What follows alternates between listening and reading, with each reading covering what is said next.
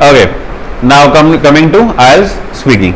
देखो IELTS speaking सबसे पहले मुझे ये बताओ, फॉर्मल होती है या इनफॉर्मल होती है? Informal, formal. वोटिंग कर ली जाए, वोटिंग कर ली जाए, कितना लगता है इनफॉर्मल होती है? इनफॉर्मल होती है, राइट। काफी को लग रहा है, कितना लगता है फॉर्मल होती है? आइल्स स्पीकिंग फॉर्मल होती है, काफी को लग रहा है, राइट। अच्छा सेमी वाले भी होंगे अरे वाह, सच्ची में है, सेमी वाले भी हैं कि सेमी फॉर्मल होती है ना, इनफॉर्मल होती है ना फॉर्मल होती है। और जिन्होंने हाथ नहीं उठाया कह रहे हैं कुछ तो होती है, कुछ तो होती है, बाकी देख लो क्या होती है। आइल्स स्पीकिंग इनफॉर्मल टास्क है। आपको एक चीज और बताता हूं, सेमी फॉर्मल कोई टोन नहीं होती इंग्लिश के अंदर। सेमी फॉर्मल का मतलब क्या होता है?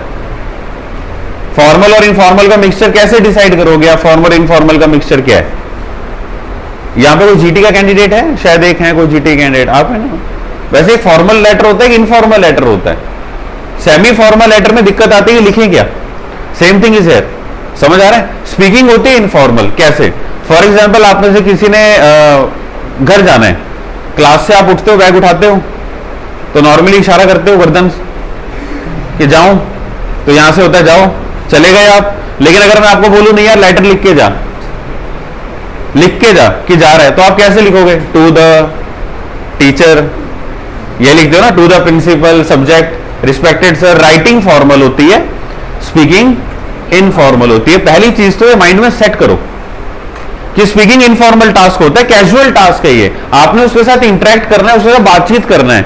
आप लोग वर्ड्स को प्रेस करके लेके आते हो, यस बिकॉज, नो बिकॉज, यही है ना। Do like to travel? Yes because. Do like to eat fast food? Yes because. Do like that? Yes because. ये फॉर्मल टास्क है। अब एक होता है यस, एक होता है या, सुना होगा आपने, एक होता है यो, एक होता है यप। क्या फर्क है चारों में? टोन का फर्क है, बिल्कुल सही। यस क्या है? फॉर्मल। या क्या है? इनफॉर्मल। यो और यप क्या आते हैं? ये स्लैंग्स आते हैं, स्लैंग्स हैं ये, स्लैंग्स। हमें इंग्लिश में कभी भी स्लैंग्स यूज नहीं करने होते। मतलब नॉर्मली वो बोलते हैं कि स्लैंग्स यूज मत करो, बट इनफॉर्मल इंग्लिश एक इसके अंदर यूज होती है। एक सबसे बड़ा जो आप में से बहुत बच्चे जो एक डाउट में रहते हैं कि मेरे को फॉर्मली प्रेजेंट करना है अपने आंसर को, जो कि एक सबसे बड़ा मिथ है। आपको कैजुअल टॉक करना है, बातचीत करो उसके साथ। मतलब बातचीत का मतलब ये नहीं कि उल्टा उससे क्वेश्चन पूछ लो कि yes I like to travel, what about you man. Sir ने कहा था कि क्या करके आनी है? बातचीत। वो नहीं मैं कह रहा, बातचीत का मतलब है उसको एक्सप्रेस करो कि आप कहना क्या चाहते हो। समझ आया नहीं आया सर? एक छोटा सा एग्जाम्पल जो मैं ना हर बार देता हूं और हर प्लेटफॉर्म पे देता हूं, ये कि मैं जब स्टार्टिंग में अपने करियर की ना आइल्स स्पीकिंग ले रहा था, तो मैंने एक बच्चे से क्वेश्चन किया नॉर्मली कि have your father ever assisted your mother in the kitchen? क्या आपके पापा ने कभी आपके मम्मी की किचन में हेल्प करी है? तो उसका आंसर बड़ा खतरनाक था। बोला yes my father is a good cook, sorry my mother is a good cook and my father is a good cooker. मैंने कहा कुकर क्या होता है? बोला सर लड़की हुई कुक तो लड़का हुआ, मगर मतलब स्कूटी स्कूटर। बोला हाँ बिल्कुल बिल्कुल, लड़की चला ली है स्कूटी, लड़का चला है स्कूटर, तो वैसे कुक और दूसरा क्या हुआ? कुकर। तो गलत वो भी नहीं था, वो क्या कर रहा है अपने आप को एक्सप्रेस करने की कोशिश कर रहा है कि पापा इज अ गुड कुकर, लेकिन कुकर कोई इंग्लिश का वर्ड नहीं होता। वैसे ये किसका पार्ट है? ये होता है लेक्सिकल रिसोर्स का पार्ट। बताऊंगा आज। हमें लगता है कि शायद एलआर के अंदर क्या आता है? Only and only vocabulary. ऐसा नहीं है। एलआर बहुत बड़ा टॉपिक है जिसके अंदर काफी चीजें आती हैं, जैसे कोलोकेशंस आती हैं। छोटा सा एग्जांपल देता हूं। कई बार ये मैंने क्लास में भी आपको कई बार बताया, हम क्या बोलते हैं normally? I love to do gym बोलते हैं ना, I love to do gym. Do gym नहीं होता, I love to hit gym होता है। हिट जिम किसका पार्ट है? कोलोकेशन का पार्ट है। हम नॉर्मली हिंदी में क्या बोलते हैं? जिम मार के आ रहा हूं, यही बोलते हैं ना, जिम मारने जा रहा हूं। तो इसी को इंग्लिश में कोलोकेशन में क्या बोलते हैं? I love to hit gym. हम नॉर्मली क्या बोल रहे हैं? I love to do gym. Collocation miss हो गया यहाँ पे। ये छोटे से कोलोकेशन है जो उसके पकड़ में आते हैं वहां पे। ये बेसिक कोलोकेशन कौन से होते हैं? एलआर के पार्ट है, वो आज के सेशन के अंदर हम कवर करेंगे। बट सबसे पहले हम स्टार्ट करेंगे फ्लुएंसी एंड कोहेरेंस के साथ। राइट नाउ आइल्स स्पीकिंग जैसा आप देख सकते हैं, तो सबसे फर्स्ट हमारा जो पैरामीटर है that is fluency and coherence. Occurrence, right. इसमें दो चीजें होती हैं जो भी हम यहां पे टेक केयर करेंगे। नाउ सी, ये रहे सर हमारे पास ideas, point, sorry, first point क्या है सर यहाँ पे? Speak at length. Second point क्या है यहाँ पे? थर्ड पॉइंट क्या है? फोर्थ पॉइंट क्या है? फिफ्थ पॉइंट क्या है? सिक्स पॉइंट क्या है? अच्छा, लास्ट पॉइंट क्या है? क्या रे, इतना कुछ होता है इसमें है? अब देखो इसमें बेसिक, सबसे ऊपर क्या लिखा हुआ है? स्पीक एट लेंथ ही तो इशू है कि लेंथ कैसे आएगी। वही आज का हमारा एक मेन टॉपिक भी है कि आंसर में लेंथ हमने कैसे देना है। बहुत सारे टेक्निक है इसके। नाउ सेकंड क्या लिखा हुआ है? बहुत इंपॉर्टेंट पॉइंट है ये, organizing ideas logically. Now see, जब हम आइल स्पीकिंग दे रहे हैं ना, तो हमारा जो आइडिया वो उत्तर और दक्षिण में बिखरा हुआ है। आपसे एग्जामिनर पूछता कुछ और है, हम बोलते कुछ और है, जहां हम कहीं और रहे हैं, हमारे आइडियाज लॉजिकली प्रेजेंट नहीं है उसके अंदर। Are you getting the idea? कई बार टीचर आपसे दोबारा क्वेश्चन पूछता है, फिर हमारा एक बड़ा खतरनाक वो आता है answer, as I have earlier told you. आता है नहीं आता? As I have earlier told you. भाई नहीं टोल्ड यू, नहीं बताया तूने, तभी पूछ रहा हूं दोबारा क्या है क्या नहीं है। तो ये नहीं बोलना कभी भी कि as I have earlier told you. आपने क्वेश्चन देखो, एग्जामिनर आपसे क्वेश्चन रिपीट अगर वो कर रहा है, वो एक इंडिकेशन होती है। इंडिकेशन किस चीज की होती है? कि भैया आपने आंसर नहीं दिया, आपको एक दोबारा अटेम्प्ट दे रहा है, वो बोल नहीं सकता आपको। Now there are few signs, few gestures that candidate that examiner usually make. कुछ जेस्चर्स हैं, जैसे कई बार वो बच्चों को थम्स अप करता है। थम्स अप, इससे क्या मतलब होता है? थम्स अप का मतलब, इसका मतलब होता है ठीक है, जितना बोला वहीं रुक, वाइंड अप कर उसको। ये एक अच्छा जेस्चर, पॉजिटिव जेस्चर है उसका आपके लिए कि अभी तक तूने बहुत अच्छा बोला, आगे मत बोलना इसमें, यही रोक ले इसको।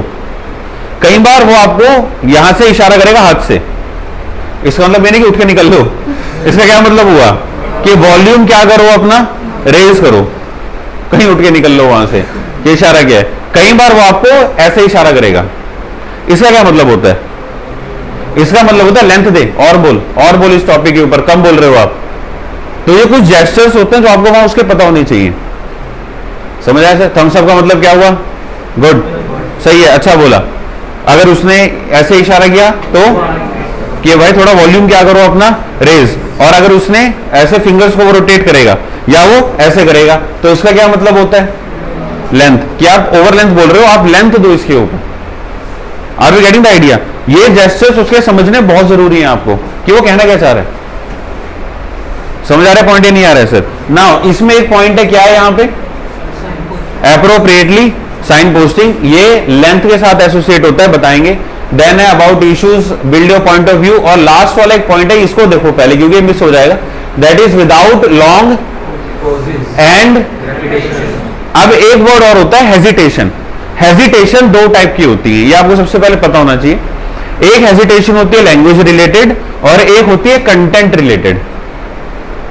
आई रिपीट, दो हेजिटेशन हुई, कौन कौन सी हुई?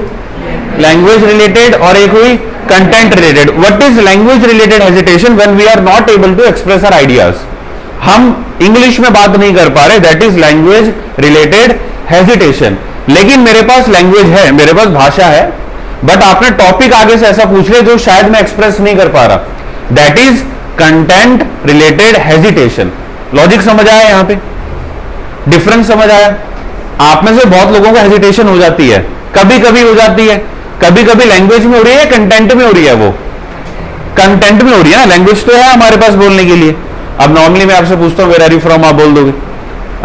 Is there something which you don't like in your home town, आप ये भी बोल लोगे। Tell me something about your best friend, आप बोल लोगे। अब एकदम से अगर मान लो क्वेश्चन कर देंगे व्हाट इज कॉन्फिडेंस,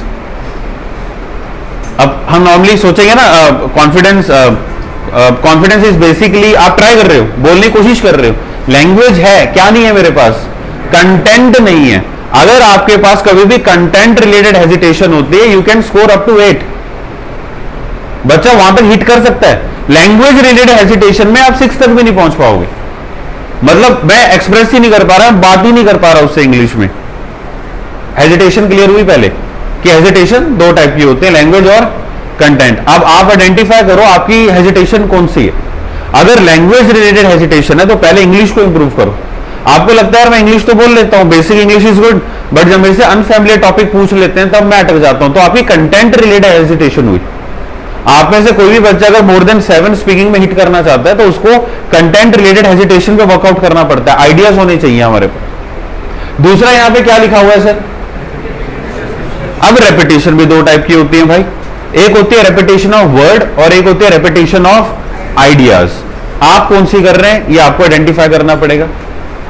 लॉजिक समझना, एक होती है रेपिटेशन ऑफ वर्ड, एक होता है रेपिटेशन ऑफ आइडिया। दोनों लगभग सेम है लेकिन दोनों अलग हैं। आप में से बहुत बच्चे प्रेजेंट कर रहे हैं आइडिया को, लेकिन वो बार बार उसी चीज को क्या कर रहे हैं? रिपीट। एग्जांपल देता हूं, क्वेश्चन है कि with whom you are very close in your family, ठीक है? मैं बोलता हूं I am very close to my father because he is a nice person, my father really helps me so that's why I am very close to him, I really love him because he always help me and he is really nice person that's why is very close to me. एक ही चीज घुमाई है मैंने। आप बोलोगे sir length था, ये सब कुछ ठीक था, लेकिन रेपिटेशन ऑफ क्या था? आइडिया भी था, रेपिटेशन ऑफ वर्ड भी था यहां पे। Are you getting the idea? अब आप ये डिसाइड करो कि आप रेपिटेशन किस में कर रहे हो। क्या रे दोनों में ही कर रहे हैं? तो दोनों का सोल्यूशन है, दोनों का सोल्यूशन है यहां पे। रेपिटेशन ऑफ वर्ड है या रेपिटेशन ऑफ आइडिया? आप में से बहुतों के वर्ड चॉइस अच्छी है तो रेपिटेशन ऑफ आइडिया है। आप में से बहुत रेपिटेशन ऑफ आइडिया नहीं करते, लैक ऑफ वर्ड में आ जाते हैं, बस वो वर्ड रिपीट कर रहे हैं।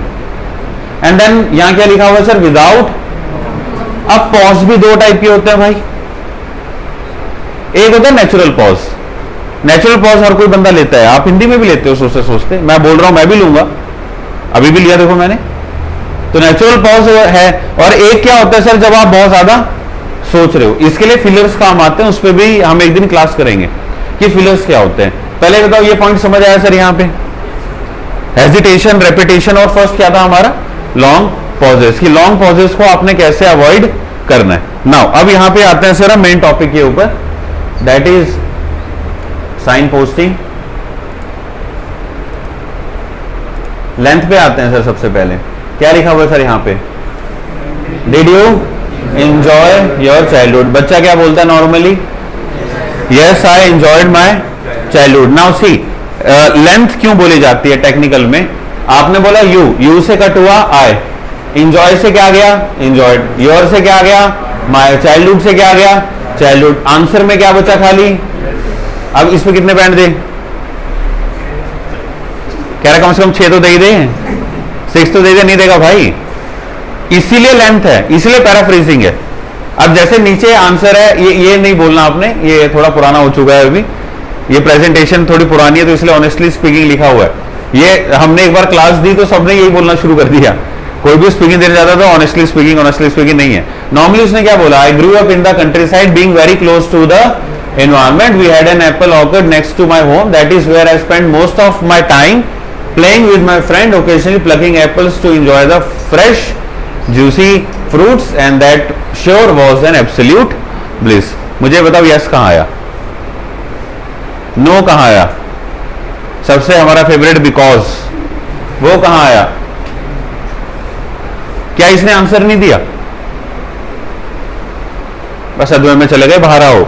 आंसर दिया नहीं दिया? शॉक क्यों हो गए? आधे कह रहे आंसर पढ़ दे तो पहले काम आ सकता है। वो मुझे पता है आधे इसको रटने में लगे होंगे कि ऑनेस्टली स्पीकिंग और कुछ भी मैडम पूछेंगे honestly speaking, do you like to eat fast food? Honestly speaking I do not like to eat fast food. लेकिन ऑनेस्टली स्पीकिंग का क्या फायदा? उसके बाद सेम रिपीट कर दिया आपने। Now just see a sample answer. इसने बड़े आराम से हैंडल करा वहां पे। बचपन में हम सबने यही करा है सर, किया ही नहीं किया? कभी बेर तोड़ रहे हैं, कभी कुछ ना कुछ हम तोड़ने में लगे, नहीं तो घर वाले हमें तोड़ रहे हैं, तो कुछ ना कुछ तो चला ही है। ओके, अब आते हैं सबसे मेन पॉइंट हमारा, दैट इज क्या लिखा हुआ सर? Signposting. क्या लिखा है sir? Signposting language is the word and phrase that people use in order to guide the listener coherently through what is being said। इसको अगर आपने अच्छे से आज इंप्लीमेंट कर लिया, कभी भी आप लोग किसी भी आंसर में लेंथ में मार नहीं खाओगे। जैसे इसमें 5 पॉइंट्स है हमारे पास। पहला क्या है, दूसरा क्या है, थर्ड क्या है, फोर्थ क्या है और लास्ट क्या है। लगा समझ? सत्संग में बैठे प्रेमियों लिख लो, तुम लोग किसका इंतजार कर रहे हो? लिख लो इसे। क्या रहा, मोक्ष की प्राप्ति में चले गए थे उस जोन में, लिखो इसे, लिखो। लिख लिया? और जब भी आपकी स्पीकिंग होगी आप ये पेज अपने पास ओपन करके रखेंगे तो आपको देखना बहुत डिफरेंस दिखेगा जब आप आंसर को प्रेजेंट करेंगे। टाइम लगेगा सीखने में, इनिशियली पॉजेस आएंगे जब प्रैक्टिस करोगे, but once you get familiar you will start playing with the language. आप बड़े आराम से फैमिलियर हो जाओगे इसमें, राइट? रीजंस दूसरा क्या है सर हमारा? इफेक्ट। थर्ड क्या है हमारे पास? कंपैरिजन। 4 क्या है? सपोर्टिंग। एग्जाम्पल। और 5 क्या है हमारे पास? इसका एग्जाम्पल दूंगा अभी आपको, एग्जाम्पल दूंगा इसका। इसी में ना एक पॉइंट और आता है जिसको हम बोलते हैं ऑपोजिट सिचुएशन। ये भी लिखो आप, ऑपोजिट सिचुएशन। मैं बताता हूं कि लेंथ देने का एक सबसे अच्छा तरीका क्या होता है। ऑपोजिट सिचुएशन, ये पॉइंट भी आप लिख लेंगे। अभी हमने रीजंस, नेक्स्ट पॉइंट क्या था हमारा? थर्ड क्या है? कंपैरिजन। फोर्थ क्या है? फिफ्थ क्या है? और लास्ट वाला क्या है? अब ऑपोजिट सिचुएशन कैसे होते हैं? मान लो मैं आपसे क्वेश्चन करता हूं कि what are the advantages of mobile phone, तो इसके थोड़े से क्या होंगे? डिसएडवांटेज भी होंगे ना। मैं आपसे वाटर स्कार्सिटी के ऊपर बात करता हूं, वाटर स्कार्सिटी पानी की किल्लत, तो इसके कुछ डिसएडवांटेजेस भी तो होंगे, ऑपोजिट साइड भी तो होगी इसकी। अभी देखेंगे इसको, बड़े आराम से देखेंगे कि इसको करते कैसे। नाउ पॉइंट समझ आया आपको? Reason effect. अब इसका प्रैक्टिकल एग्जांपल देखते हैं